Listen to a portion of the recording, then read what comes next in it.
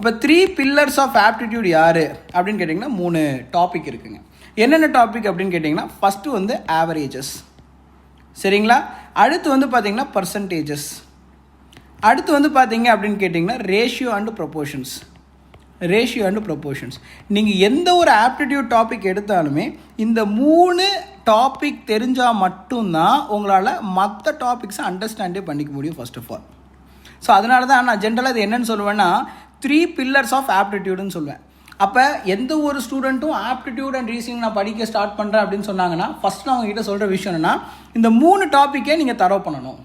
So that averages, percentages, ratio, proportions தரவு பண்ணிட்டீங்கன்னா உங்களால் மற்ற டாப்பிக்கை ஈஸியாக கோரிலேட் பண்ணி படிக்க முடியும். ஒரு எக்ஸாம்பிளுக்கு டைம் அண்ட் ஒர்க்குன்னு ஒரு டாபிக் இருக்குது, அந்த டாப்பிக்லேயும் பர்சன்டேஜ் வச்சு கொஸ்டின் கேட்பாங்க. அதே நேரத்தில் உங்களுக்கு ப்ராப்ளம்ஸ் அண்ட் ஏஜஸில் ரேஷியோ வச்சு கொஸ்டின் கேட்பாங்க.